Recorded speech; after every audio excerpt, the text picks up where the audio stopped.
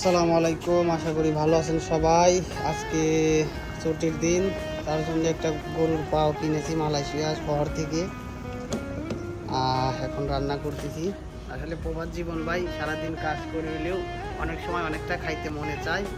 এ তো বাড়ি না যে যা বলবো তাই রান্না করে দিবে, নিজে কাম করা লাগে, নিজে কাপড় চোপড় কাচা লাগে, রান্না করা লাগে। এর জন্য যে আজকে একটু সময় পাইছি, এর জন্য যে একটা ঠ্যাং নিয়েছি।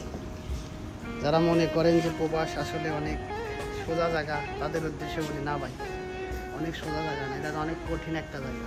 এখানে অনেক পরিশ্রম করতে হয়, নিজের অনেক স্বপ্ন পূরণ থেকে বিরত থাকতে হয়। শুধু ফ্যামিলির কথা চিন্তা করে আমরা প্রবাসীরা আজকে বিদেশের মাটিতে পড়ে আছি।